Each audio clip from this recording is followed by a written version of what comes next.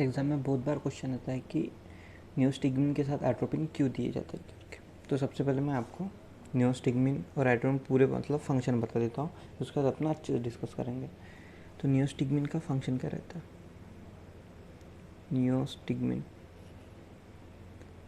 Neostigmine क्या रहता है? कोलिन स्टरेज का इनहिबिटर रहता है। Inhibit choline storage, inhibit choline storage. अब क्या हो जाएगा, जो एसिटिल कोलिन रहता है, एसिटिल कोलिन रहता है, कोलिन स्टरेज की मदद से, स्टरेज की मदद से किस में कन्वर्ट होता है?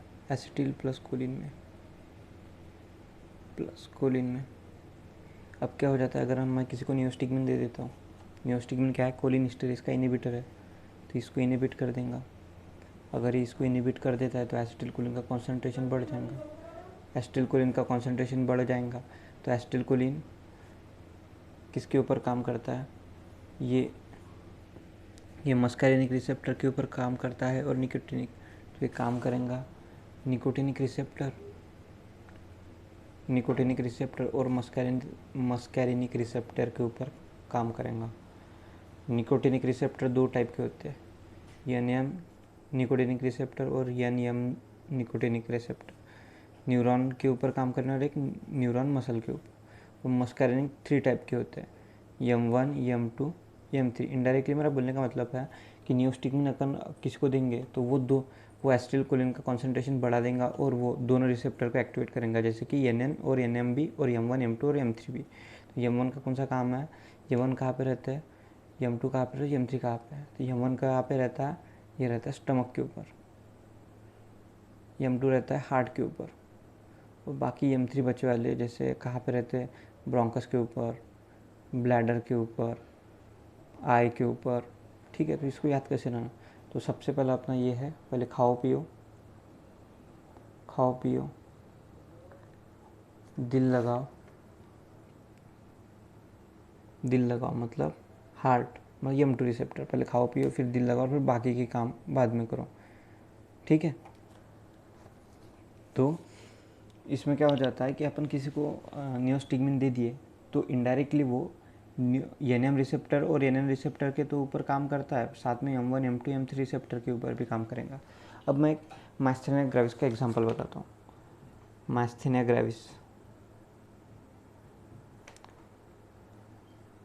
इसमें क्या हो जाता है? Myasthenia gravis antibody to NM receptor. इसके कारण क्या होता है? मसल वीकनेस आ जाती है, मसल वीकनेस आ जाती है। और मसल वीकनेस के साथ क्या होती है? Under activity of the muscle हो जाती है। ठीक है, मसल वीकनेस के साथ इसमें क्या हो जाती है? अंडर एक्टिविटी ऑफ मसल हो जाती है, मतलब वो मसल अच्छे से काम नहीं कर पाती है, अंडर स्टिमुलेटेड।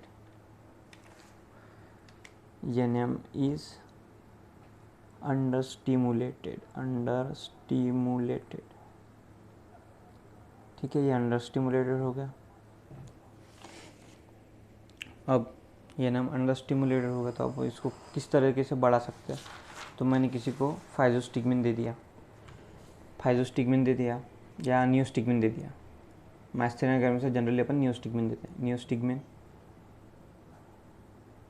तो मैंने नियोस्टिग्मिन किसी को दे दिया तो नियोस्टिग्मिन क्या करेगा? एसिटिल कोलिन स्टरेज को इनहिबिट करके एसिटिल कोलिन का कॉन्सेंट्रेशन बढ़ा देगा।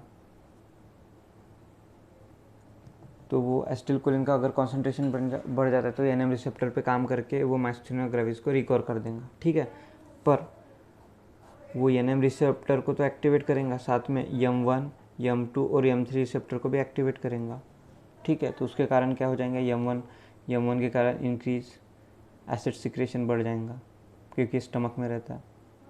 ठीक है, हार्ट के ऊपर है, हार्ट एसिटिल कोलिन हार्ट को क्या करता है? हार्ट रेट डिक्रीज का मतलब ब्रैडिकार्डिया हो जाएगा।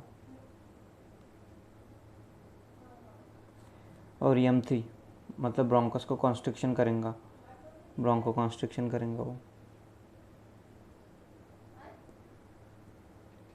और क्या करेंगे? यूरिनरी ब्लैडर के ऊपर रहता है तो यूरिन का फ्रीक्वेंट इंक्रीज यूरिनेशन करेगा और आँखों का मायोसिस करेगा, मायोसिस। तो अपने को फक सिर्फ ये वाला इफेक्ट चाहिए, क्योंकि एनएम जो माइस्थेनिया ग्रामिस में क्या रहता है, antibody formation against NM receptor. तो हमको एनएम रिसेप्टर को अंडर एक्टिवेटेड रहता है तो उसको एक्टिवेट कर देते, किस तरह से एसिटिलकोलिन का कॉन्सेंट्रेशन बढ़ाएंगे और एनएम एक्टिवेट हो जाए। पर हमको ये जो अनवांटेड इफेक्ट है M1 M2 M3 ये नहीं चाहिए रहते, तो इसी के लिए हम एट्रोपिन देते हैं। तो एट्रोपिन क्या करता है, ये M1 M2 M3 जो ये रहते इफेक्ट इनको ब्लॉक कर देता है, ब्लॉक कर देता है। ठीक है, तो अपन इसको ऐसे बोल सकते हैं, it is use to treat side effect of neostigmine. ठीक है, थैंक यू।